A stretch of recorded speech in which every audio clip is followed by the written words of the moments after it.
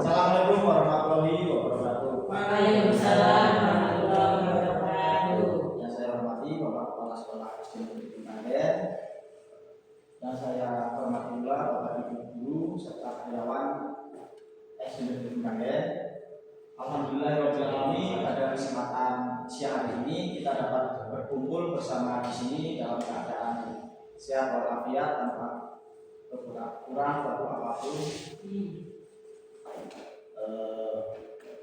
Salawat serta salam tidak lupa kita curahkan kepada Nabi Junjungan kita, Nabi Muhammad SAW.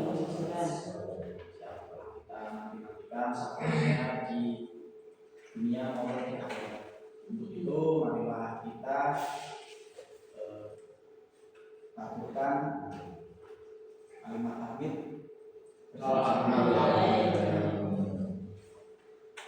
Bapak Ibu yang saya hormati, pada kesempatan hari ini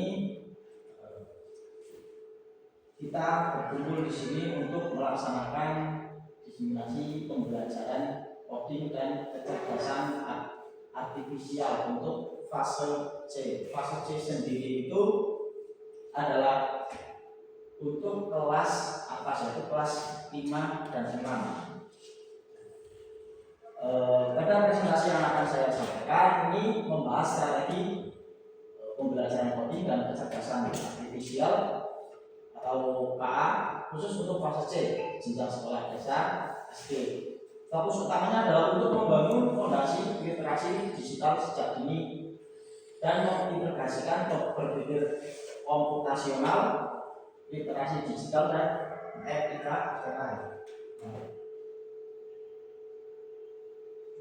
Nah, pada kegiatan kita di siang hari ini itu akan dibagi menjadi 3 sesi, yaitu sesi pertama adalah penyampaian materi, yang sesi kedua adalah open class, dan yang ketiga adalah pembuatan perangkat ajar atau modul ajar. Sedikit saya jelaskan untuk pengantar. Modul resmi dari Kemendikbudristek ini dirancang khusus untuk fasilitator dan guru. Dibagi menjadi 5 bagian utama, yaitu yang pertama berpikir komputasional, literasi digital, etika AI, pemanfaatan kecerdasan artifisial, dan algoritma dasar. Dengan pembelajaran yang berfokus pada metode yang menyenangkan dan kontekstual sesuai dengan tentang usia siswa SD yang menjamin relevansi materi dengan kehidupan sehari-hari mereka. Modul ini mengadopsi pedagogi inovatif dan pembelajaran dalam untuk membekali fasilitator. Aktivitas dirancang inklusif, mencakup kegiatan analog atau tanpa perangkat digital dan log dengan perangkat digital, memastikan semua sekolah tanpa memandang ketersediaan infrastruktur dan mengimplementasikannya. Nah, manfaat dan tujuan dari pembelajaran KKA di fase C itu untuk pengembangan berpikir kritis, kemudian etika dan kearifan lokal, inovator cerdas, dan profil belajar Pancasila.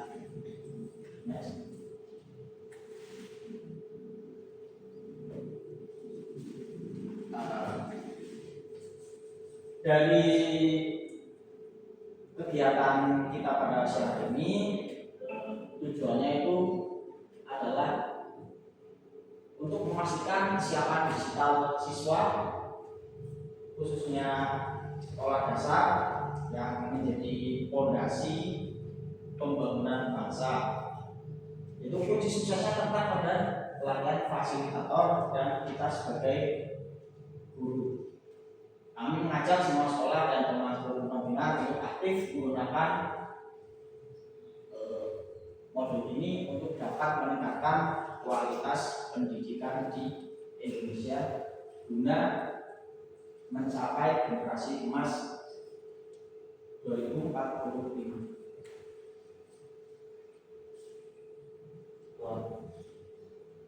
Bapak Ibu, pada sesi pertama ini akan kami sampaikan terkait dengan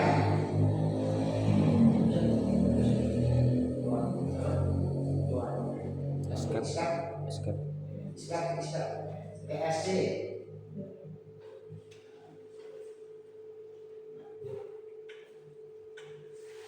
Oke, ya.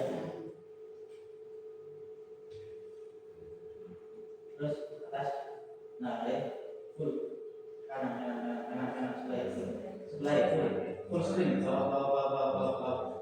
Benar. Nah, pada sesi ini akan kami sampaikan materi terkait dengan berpikir komputasional sebagai dasar coding dan kecerdasan artifisial. Kemudian nanti pada sesi kedua, kamera Bapak Ibu nanti dapat untuk menyampaikan pembelajaran yang sudah kami siapkan untuk dapat maju menjelaskan dan melakukan observasi masing-masing ya. Jadi nanti gantian untuk menyampaikan presentasi. Kemudian pada juga nanti kita akan bersama-sama untuk mengulas terkait dengan pembuatan modul ajar. Baik, kembali ke materi. Next. Apa itu berpikir komputasional? Yang pertama itu adalah cara berpikir yang logis, berpikir secara terstruktur dan sistematis. Kemudian yang kedua adalah pemecahan masalah, berarti kemampuan memecahkan masalah yang kompleks menjadi sub-sub masalah. Jadi yang ketiga adalah konsep inti, bahkan algoritma, pola dan urutan. Jadi berpikir komputasional itu sebagai contoh ketika kita akan membuat mie instan. Nah, Bapak Ibu membuat mie instan tentunya ada urutan-urutan yang harus dilakukan. Bahkan di kemasannya pun sudah tertera cara untuk menyajikan. Nah, cara menyajikan itu kan sudah tersusun secara sistematis. Jadi cara berpikir komputasional itu cara berpikir yang terstruktur, urutan. Nah, ketika kita dapat berpikir secara urutan, maka hasilnya juga akan sesuai dengan apa yang kita inginkan. Seperti itu. Next.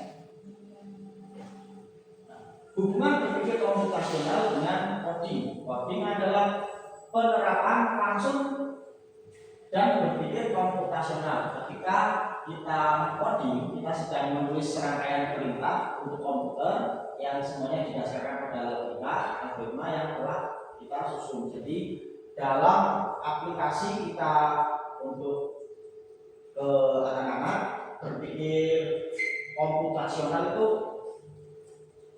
kita memberikan perintah, misalkan coba anak-anak buatlah urutan untuk membuat jus. Nah, langkah-langkahnya apa saja, kita harus memecahkan masalah itu menjadi beberapa bagian. Itu namanya dekomposisi. Dekomposisi itu menurunkan sebuah permasalahan menjadi beberapa bagian. Nah, jadi contohnya ini menyusun langkah-langkah aktivitas sehari-hari, seperti sarapan pagi, dapat menjadi latihan awal pemikiran coding. Jadi terstruktur. Inti dari coding itu terstruktur.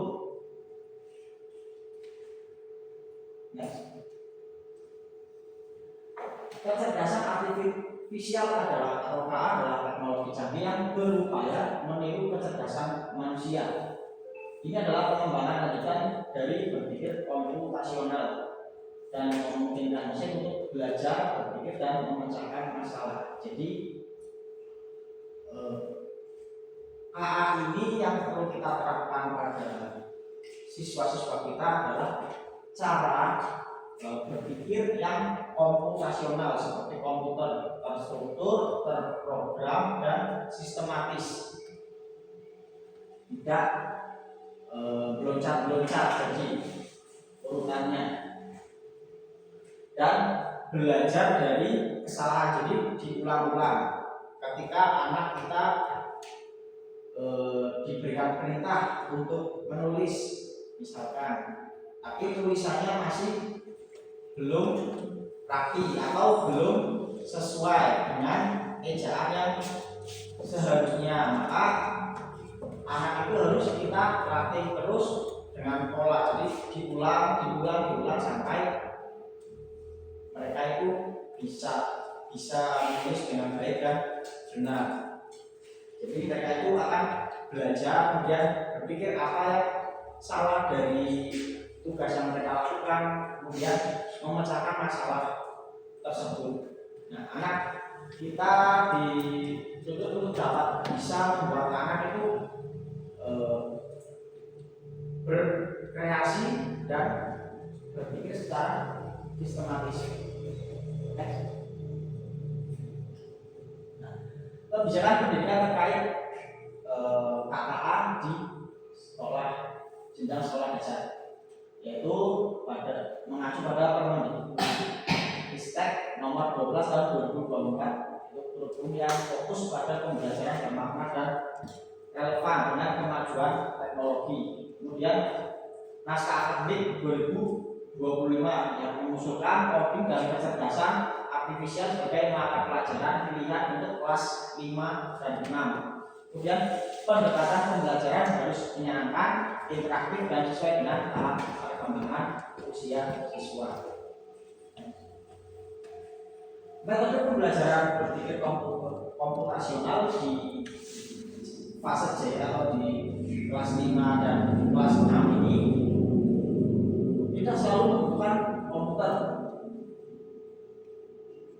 Jadi metode pembelajaran yang menggunakan teknologi itu disebut metode plug.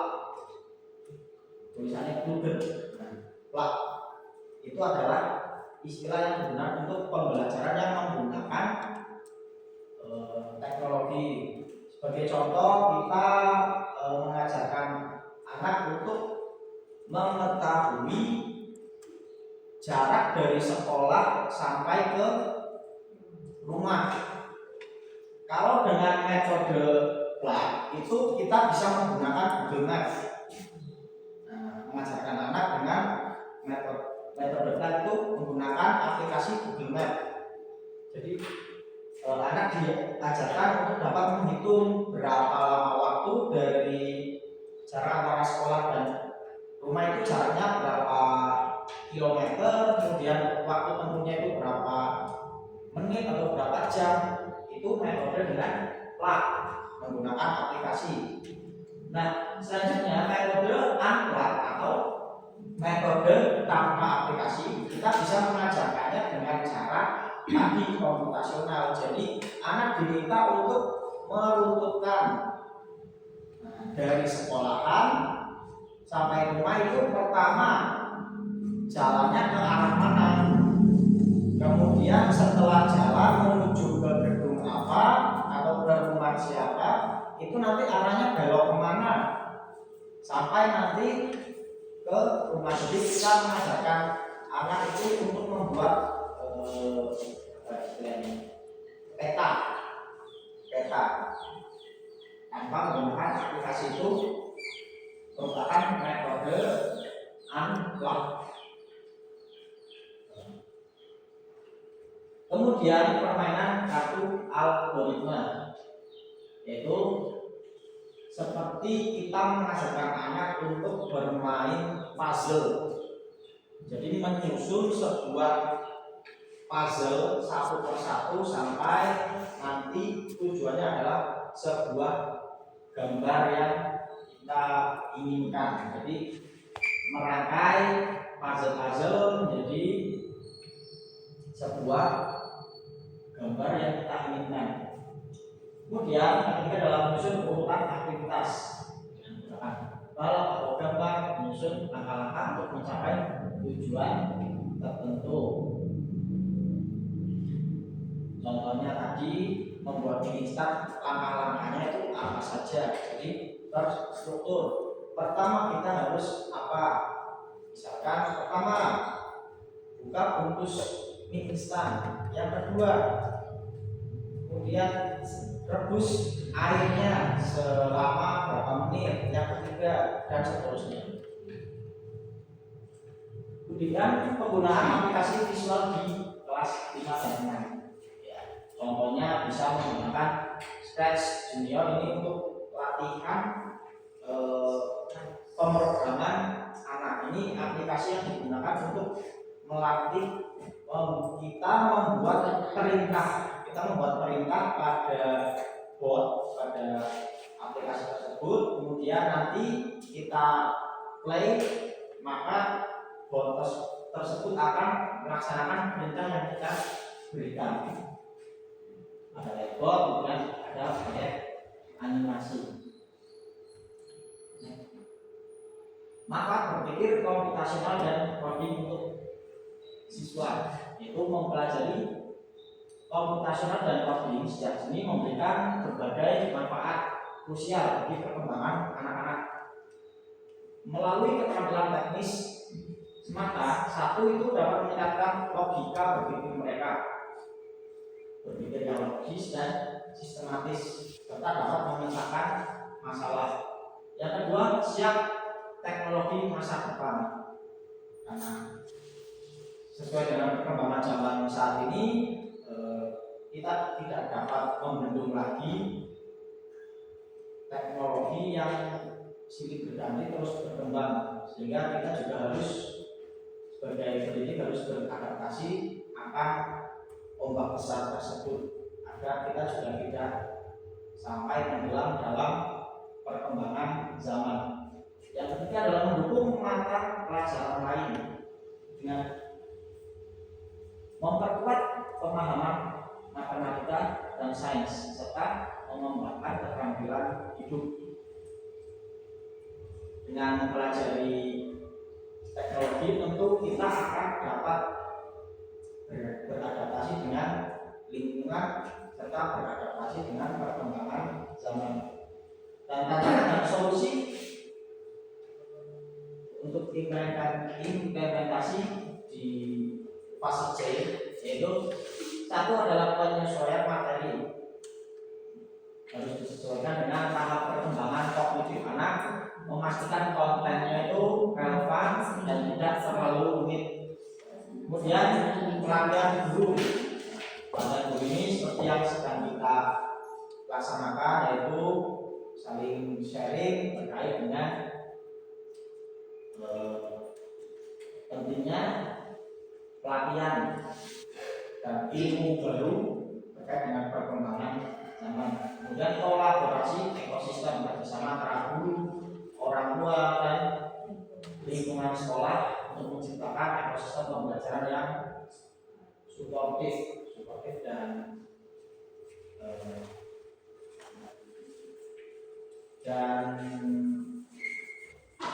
nyaman. Kesimpulannya adalah berpikir komputasional merupakan fondasi krusial yang tidak hanya mendasari coding dan kecerdasan artifisial, tetapi juga membentuk cara anak-anak memahami dan berinteraksi dengan dunia digital. Pembelajaran SD harus dirancang agar menyenangkan dan kontekstual, memungkinkan siswa untuk mengeksplorasi konsep-konsep kompleks dengan cara yang intuitif dan relevan dengan kehidupan sehari-hari. Dengan pendekatan ini kita dapat mempersiapkan generasi yang adaptif, kreatif, dan kritis, siap menghadapi tantangan dan peluang di era digital di masa depan. Oke, Bapak Ibu, itu sesi pertama kita. Untuk sesi kedua, ini dari lembar observasi yang sudah saya berikan ini, nanti mohon untuk bisa diisi untuk Pak Matri. Nanti mungkin isinya itu atas namanya itu saya, kemudian materinya terkait dengan ini dan nanti maju satu persatu ini sudah disiapkan next sini. Nah nanti tinggal maju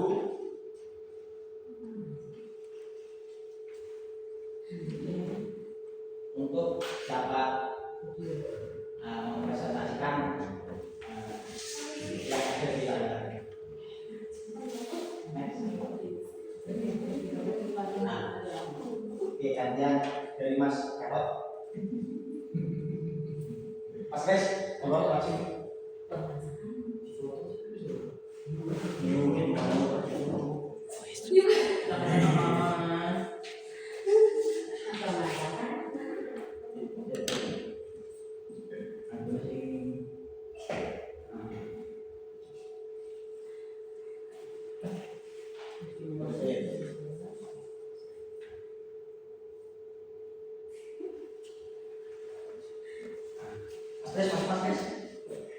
Jadi nanti maju terus untuk penilai nanti yang observer nanti Mas Gatot. Nah, kalau Mas Gatot maju observernya gantian.